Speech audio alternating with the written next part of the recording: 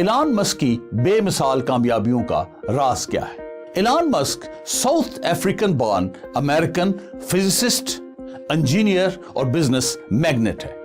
ایلان نے ایک چھوٹے سے کمرے سے کاروبار شروع کیا اور آج 25 سال کے بعد اس کا کاروبار بڑی کائنات میں پھیل چکا ہے، کیونکہ کئی سو راکٹ اس کے کاسماس میں تیر رہے ہیں۔ ایلان مسک the most richest person of the world ہے، most innovative person of the world ہے، most intelligent person of the world ہے، most effective person of the world ہے، most successful person of the world ہے، جس نے 9 multi national companies کو کامیابی سے چلایا ہے۔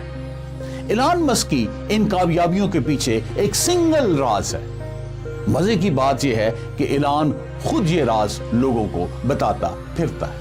دنیا میں سوچنے کے 2 طریقے ہیں، ایک ہے انالوجی تھنکنگ اور دوسرا ہے first principle thinking. Analogy thinking کیا ہے؟ Copying other people with slight variation, لوگوں کی نقل مارنا، یعنی لوگوں کے راستے پہ چلنا اور لوگوں کی بات کو ٹرو سمجھنا اور ان کو فالو کرنا۔ یہ ایزی ہوتی ہے، اسی لیے دنیا کے 99% لوگ اس کو استعمال کرتے ہیں۔ فرسٹ تھنکنگ پرنسپل کیا ہے؟ Breaking down the problem to the fundamental truth, یعنی اپنے راستے کو خود تلاش کرنا اور پرابلم کو بریک ڈاؤن کر کے فنڈامنٹل ٹروتھ کو تلاش کرنا۔ یہ ڈیفیکلٹ ہوتی ہے، اسی لیے دنیا میں جسٹ 1% لوگ اس کو فالو کرتے ہیں۔ اور اب آتے ہیں اس کی تاریخ کی طرف۔ انالوجی تھنکنگ کو آرڈنری لوگ استعمال کرتے آ رہے ہیں، جبکہ فرسٹ تھنکنگ پرنسپل کو ایکسٹرا آرڈنری لوگوں نے استعمال کیا۔ فرسٹ پرنسپل تھنکنگ کا بانی ارسطاٹل کو سمجھا جاتا ہے۔ ارسطاٹل نے ہر چیز کی 10 کیٹیگریز بنائی، ہر کیٹیگریز کی آگے سب کیٹیگریز بنائی، پھر ان سب کیٹیگریز کی سمالسٹ کیٹیگریز بنائی۔ وہ جو سمالسٹ کیٹیگری تھی وہ فنڈامنٹل ٹروتھ تھی۔ ارسطاٹل سے پہلے سوکریٹس سسٹمیٹک کوشچننگ سے فنڈامنٹل ٹروتھ تک پہنچتا تھا۔